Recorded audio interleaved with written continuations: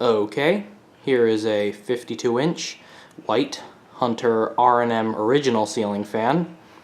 I got this ceiling fan about a week ago off of eBay. It was only $100, which I believe is a very good deal for a Robbins & Myers original. Probably the best non-Habitat or flea market find you could get. It was $100, no auction, and no shipping fee at all.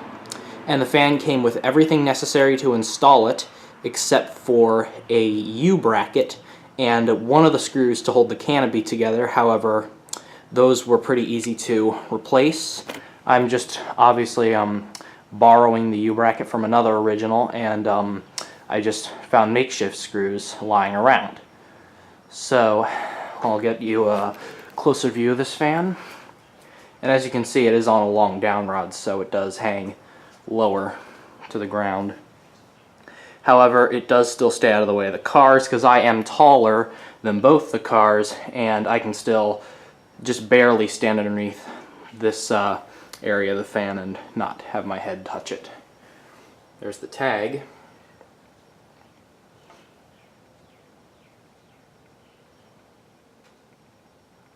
November of 1981 is when it was manufactured. There's the top. Pan around there real quick. Just kicked something by accident. And the other side of the blades is also white. However, on most of the blades it is significantly dirtier on that side. Also, this blade has a pretty big chip out of it right here. I might fix that. Also, there is a few paint chips along the edges of the housing, as you can see. And the down rod I'm going to repaint without a doubt. Like, it's completely stripped of its paint job from that point all the way up until it meets with the mounting bracket. So I am going to repaint the down rod. I don't know if I'm going to repaint like the housing or anything to keep like the vintage look of it, or like not alter its vintageness in any way, if that makes any sense to anybody. Although I'm definitely going to repaint the down rod. I might fix that one blade. Comment below if you think I should either like try and put some effort into fixing like the visuals to this fan, like the paint missing, or if you think I should just leave it like this, keep it like the vintage, or to like try and restore it. So this fan is not reverse air or adapt air. Just has the basic Hunter U brackets that most R&M originals have.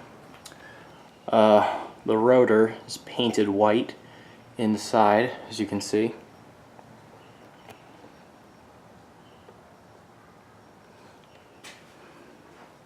Alright, without further ado, let's demonstrate this fan. So here is the first speed, or high, because this is only a 2-speed fan. And the blades are kind of out of alignment. Two of them are a much higher pitch than two of the other ones. I have them facing opposite from each other, so that does help to balance out the wobble on the fan pretty well. Because before I had them, the two higher pitch and lower pitch blades adjacent to each other, and the wobble was quite a bit worse.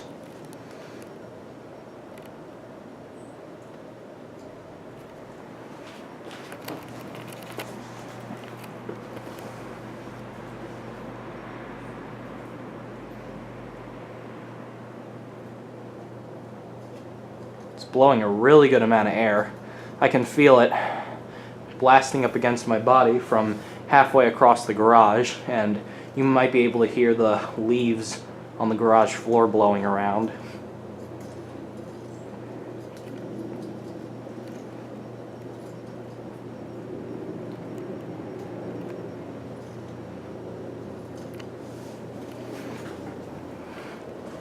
Now for the second speed, low.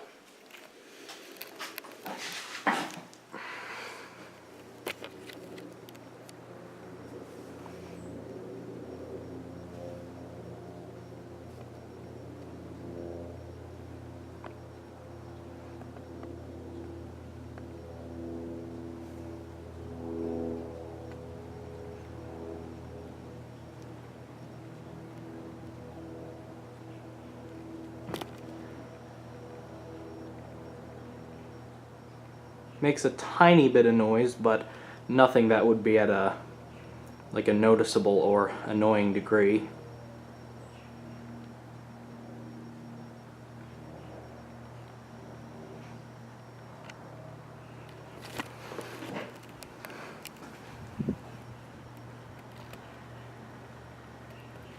There's some tape down here as well. I need to scrape that off.